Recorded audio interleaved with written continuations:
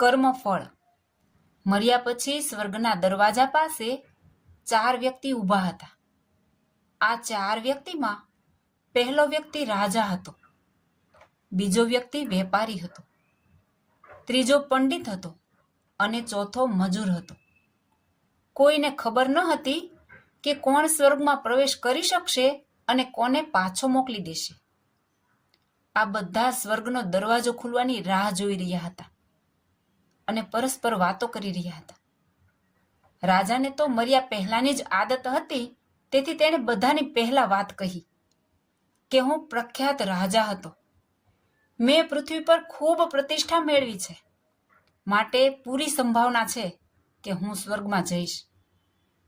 પછી વ્યાપારીએ કહ્યું કે હું પૃથ્વી પર ખૂબ જ ધન કમાણો છું અને એ ધનથી અનેક લોકોની મેં મદદ કરી છે, માટે હું જ સ્વર્ગનો હકદાર છું. ત્યારે પંડિત બોલ્યો કે તમે બધા કાંઈ પણ વિચારો, પણ એ વાત તો નક્કી જ છે કે સ્વર્ગના દરવાજા ખુલશે તો મારા માટે જ ખુલશે. બધાને ખબર જ છે કે પંડિત રાત દિવસ ભગવાનની યાદ કરે છે, માટે સ્વાભાવિક છે કે પંડિતનો સ્વર્ગમાં સ્વાગત કરવામાં આવશે. જ્યારે બધાએ પોતપોતાનો વિચાર રજૂ કર્યો ત્યારે બધાની નજર તે મજૂર પર હતી કે જે ચૂપચાપ નજર નીચી રાખીને કાંઈ પણ બોલ્યા વગર ઊભો હતો. સ્વર્ગનો દરવાજો ખુલ્યો અને ત્યાં એક દેવદૂત આવીને ઊભો રહ્યો. દેવદૂતના હાથમાં એક મોટું પુસ્તક હતું. તેમાં આ બધાના કર્મો વિશે લખેલું હતું. દેવદૂતે સૌથી પહેલા રાજાને પોતાની પાસે બોલાવ્યો અને કહ્યું કે તમે તમારા જીવનમાં સારા કર્મો કર્યા હોય તે કહો. હું તે કર્મો પુસ્તકમાં જોઈને નિર્ણય આપીશ કે તમને અંદર આવવા દેવાશે કે નહીં. ત્યારે રાજાએ કહ્યું, મારું રાજ્ય જેટલું મોટું હતું એટલું જ સમૃદ્ધ હતું અને રાજ્યના બધા જ માણસોનું હું ધ્યાન રાખતો હતો અને મેં ક્યારેય પણ તે લોકોને કોઈ પણ વસ્તુની ખામી નથી રહેવા દીધી. આ મારા સારા કર્મો છે.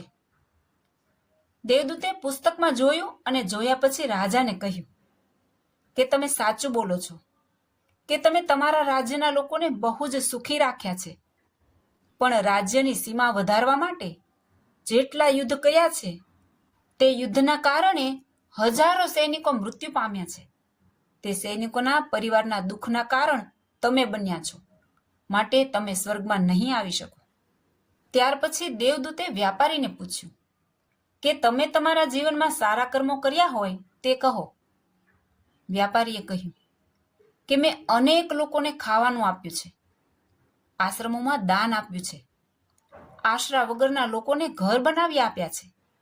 આ મારા સારા કર્મો છે.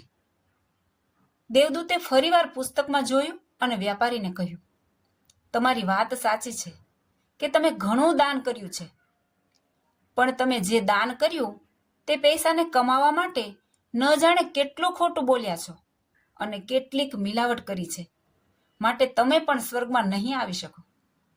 જ્યારે પંડિતને પૂછ્યું ત્યારે પંડિતે આત્મવિશ્વાસથી કહ્યું કે મેં કેટલાય લોકોને જ્ઞાન આપ્યું છે, હજારો યજ્ઞો પૂજાઓ કરી છે અને દિવસ રાત્રિ ભગવાનનો જાપ કર્યો છે.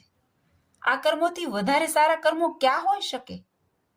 દેવદૂતે પુસ્તકમાં નજર ફેરવીને જોયું અને પંડિતને કહ્યું, તમે લોકોને જે કાંઈ જ્ઞાન આપ્યું છે તે પ્રમાણે તમે વર્તન કર્યું નથી.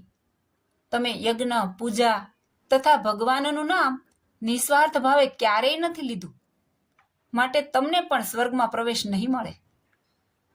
મજૂર આ બધું જોઈને વિચારમાં પડી ગયો હતો કે તે અત્યાર સુધી જેને મહાન સમજતો હતો તેની વ્યાખ્યા સ્વર્ગના દરવાજા પર આવીને સાવ બદલાઈ ગઈ હતી. પૃથ્વી ઉપર જે કર્મોને સારું સમજવામાં આવે છે તેનું અહીં કોઈ મૂલ્ય નથી. દેવદૂતે જ્યારે મજૂરને પોતાની પાસે બોલાવ્યો ત્યારે દેવદૂત કાંઈ પણ પૂછે તે પહેલા મજૂર બોલી ઉઠ્યો કે મહારાજ, હું જાણું છું કે હું પણ સ્વર્ગમાં આવવાને યોગ્ય નથી, તો પણ હું સ્વર્ગને એકવાર બહારથી જ જોવા ઈચ્છું છું. બસ આથી વધારે મારી કોઈ ઈચ્છા નથી. મેં જીવનમાં કાંઈ પણ કર્યું નથી. હું આખો દિવસ મહેનત કરતો હતો, અને જે પણ પૈસા આવતા હતા તે પરિવારનું ભરણ પોષણ કરવામાં ખર્ચ કરતો હતો. માટે દાન ધર્મ માટે કાંઈ જ વધતું ન હતું. લોકોની હું શું સેવા કરું? કેમ કે કામ પછી થોડો પણ સમય મળતો હતો તે હું મારા વૃદ્ધ મા બાપમાં વિતાવતો હતો. દેવદૂતે પુસ્તકમાં જોયું અને જોતા જ રહી ગયા. પછી દેવદૂતે મજૂરને કહ્યું કે તમે યાદ કરો કે તમે ક્યારેક તો સારું કર્મ કર્યું જ હશે. ત્યારે મજૂરને યાદ આવ્યું અને તે બોલ્યો, જે હા, એક વખત હું ખૂબ જ ભૂખ્યો હતો અને હું ખાવા બેઠો જ હતો. ત્યાં એક કૂતરો દુર્બળ અને સરખું ચાલી પણ શકતો ન હતો અને ભૂખ્યો હતો તે મારી પાસે આવ્યો. એટલે મેં મારી રોટલી તેને ખવડાવી દીધી હતી અને હું ભૂખ્યો જ સૂઈ ગયો હતો. આ વાત સાંભળીને દેવદૂત હસ્યા અને મજૂરને સન્માનથી સ્વર્ગમાં લઈ જવાયો. મિત્રો, આપણે પણ સારા કર્મો નિસ્વાર્થ ભાવે કરવા જોઈએ. માત્ર એક કર્મ પણ જીવનમાં થયેલા બધા જ નકારા કર્મોને ધોઈ નાખવાની શક્તિ ધરાવે છે. આશા રાખું છું કે આ વાત પરથી આપને પણ કાંઈક શીખ મળી હશે. વિશેષ આવી વાતો સાંભળવા માટે હિન્દુ ગોડ લાઈફ ચેનલને સબસ્ક્રાઇબ કરજો અને જો આ વિડીયો ગમ્યો હોય તો એક લાઈક જરૂરથી કરજો. જય સ્વામિનારાયણ.